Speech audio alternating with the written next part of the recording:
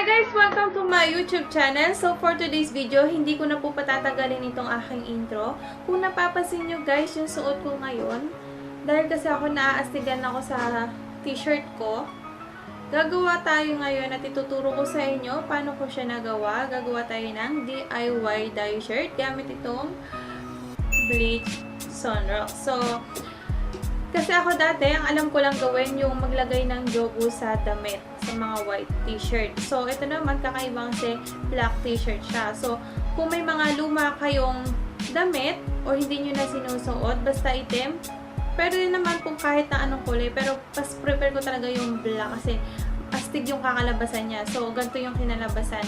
Meron ako nakikita na nakakagawa sila ng may pagka-orange. So, isang papakita ko naman sa inyo yung may pagka-orange. Panoorin nyo lamang ito ang aking isi-share. Sobrang ganda na to. Promise, sobrang dali lang din gawin at makakatulong ito sa inyo sa mga hindi nyo na nasusuot na damit. Pwede nyo gawa ng paraan para magmukhang bago. So, let's get started. Papakita ko naman sa inyo kung ano yung mga dapat nating gamitin sa paggawa ng DIY dye shirt. So, kailangan natin syempre na ng t-shirt. So, black pa rin yung kinuha kong t-shirt. And then, itong rubber band. Then, yung Bleach Sunrock. So, bakit ganitong kadalasan ng ginagamit sa paggawa ng DIY dye shirt? Dahil ito yung mas mabisa. Kasi kung ibang sunrock yung gagamitin nyo at hindi yung original, hindi siya tatalab. So, dapat ito pa rin talaga yung gagamitin po natin. So, ilalagay ko na po yung t-shirt. Kailangan guys, basang-basa yung damit. Lahat mababasa.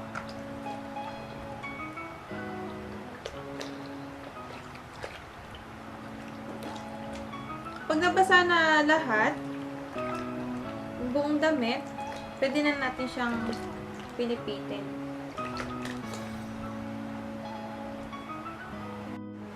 So, ito na po yung t-shirt. Yung iba kasi guys, sa gitna nila, pinipilipit. Gumagamit din sila ng mga tinitor. Pwede din naman kung gamitin natin yung kamay po natin sa pag-ikot. Kaya po, depende yung sa gusto nyong design, kung sa baba or sa pinasagitna kayo mag-uumpisa mag-ikot.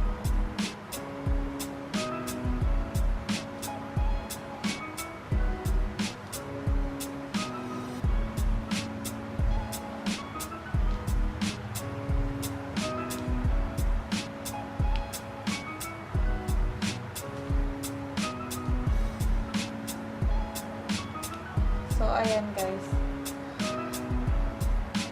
Ayan na po siya.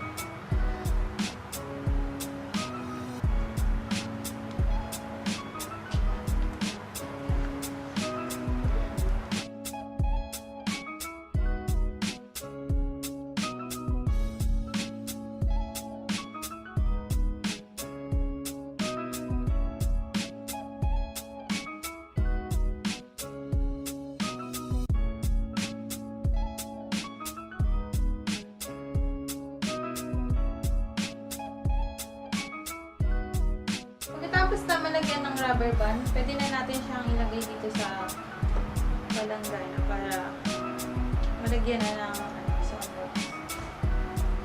So, syempre kailangan wala ng tubig.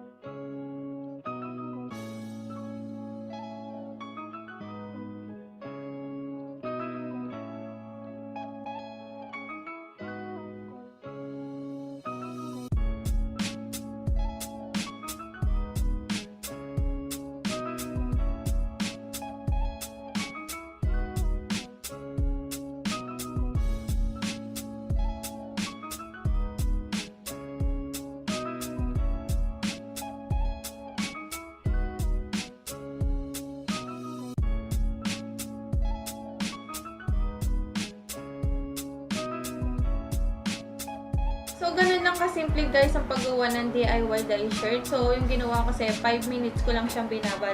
Tingnan natin kung ano yung magiging resulta. Dahil kasi itong t-shirt ko na to, blue corner siya. So, 15 minutes ko siyang binabad kaya naging ganito yung kulay niya. May pagka-gray. So, tingnan natin kung ano yung kakalabasan sa 5 minutes na pagkababad ko dun sa t-shirt na may sunrock. So, before that, gusto ko rin po muna magpasalamat sa mga patuloy na nanonood at sumusuporta dito sa aking channel, sa mga relatives, friends, sa mga nakakilala sa akin, especially sa family ko. So, habang hinihintay ko po yung ginawa ko kanina na matuyo, mag-shoutout muna po ako sa mga YouTubers na patuloy din na sumusuporta sa akin. So, i-shoutout ko sila and then, please kindly napuntahan nyo rin po yung mga channel nila para makita nyo kung ano yung mga content nila and then may matututunan rin po kayo sa kanila. Shoutout sa channel ni Kaboom Channel. So, and then kay Lilette Nepaso, ayan po siya. Shoutout kay Mark Leoya, ayan po yung channel niya. And then shoutout kay Marky Loves Green Vlogs, ayan po yung channel niya. Shout out kay Honey Lee at kay Baby Musik. Shout out kay Bob Station and then kay Joanna Lee. So, shout out din kay Albert Villalobos Arcos. Then kay Cindy Balikat, ayan po yung channel niya. And then shout out kay Kamote Games Vlog. Shout out kay Mami Jo Vlogs. And then kay Ate Ganda, shout out kay Ning Ning TV. And then shout out syempre kay Bagsik TV, Saira Amara.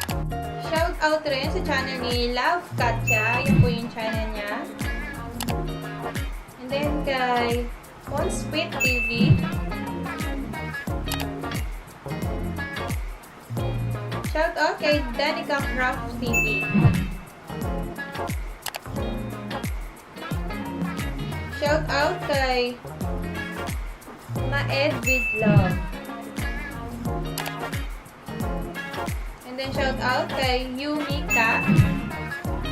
Ayan po yung channel niya. And then shout out kay Mary Joy's Kitchen. Shout out kay Duck Duck Rosel. Ayan po yung channel niya. Shout out kay Areya Casanova. Sa mga gusto rin po magpa-shoutout, please comment below lang po para makita ko yung mga comment nyo. And that's it. Tingnan na natin kung ano na yung kinalabasan ng ginawa natin kanina, DIY dye shirt. A few minutes later. So, ito na yung DIY dye shirt natin na nagawa kanina.